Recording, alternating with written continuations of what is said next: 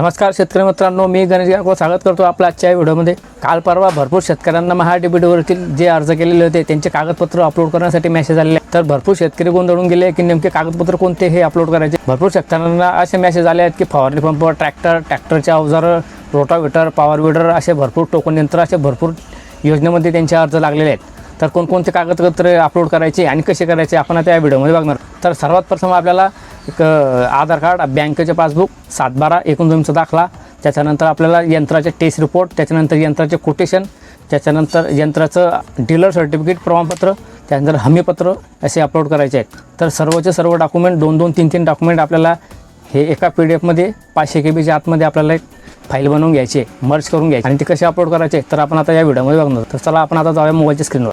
चॅनलवर जर आपण नवीन असाल तर कृपया चॅनलला लाईक आणि सबस्क्राईब करून ठेवायचे। व्हिडिओ आवडल्यास इतर शेतकऱ्यांना सुद्धा आपला व्हिडिओ फॉरवर्ड करायचा आहे। सर्वात प्रथम आपल्याला गुगलवरती यायचे आणि गुगलवरती महाडीबीटी फार्मर असे सर्च करून घ्यायचे। त्याच्यानंतर फार्मर स्कीम महाडीबीटी पहिली जी वेबसाईट येईल त्याच्यावर आपल्याला क्लिक करून घ्यायचे। नंतर आपल्याला इथं खाली स्क्रोल करून घ्यायचे आणि नंतर अर्जदार लॉग इन याच्यावरती आपल्याला क्लिक करायचं आहे। क्लिक केल्याच्यानंतर इथं आपल्याला क्लोज करून घ्यायचे आणि खाली स्क्रोल करायचे।